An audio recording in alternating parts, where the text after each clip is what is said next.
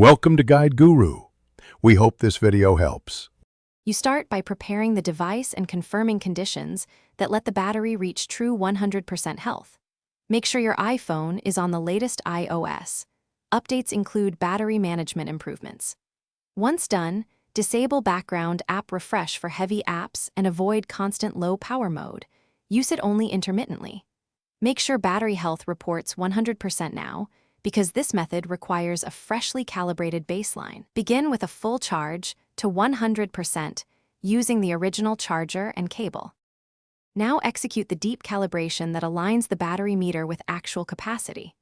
Charge uninterrupted to 100% and leave it plugged for 2 hours to top off cells. Then unplug and use the iPhone normally until it fully shuts down at 0%. Once it powers off, wait at least 6 hours to let cells settle and internal sensors stabilize. When you charge again, plug in and charge uninterrupted back to 100% in one session. This sequence reteaches the battery algorithm how to report capacity accurately. Finish by maintaining the newly calibrated state and addressing problems if they appear. Repeat the full calibration every 3 to 6 months to keep reporting accurate. Consistent cycles help the software stay aligned with real capacity. If battery health refuses to reflect 100% after proper cycles, back up and restore the iPhone via DFU mode to clear firmware anomalies. Make sure to avoid extreme temperatures.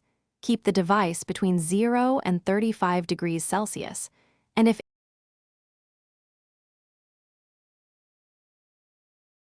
Thanks for watching.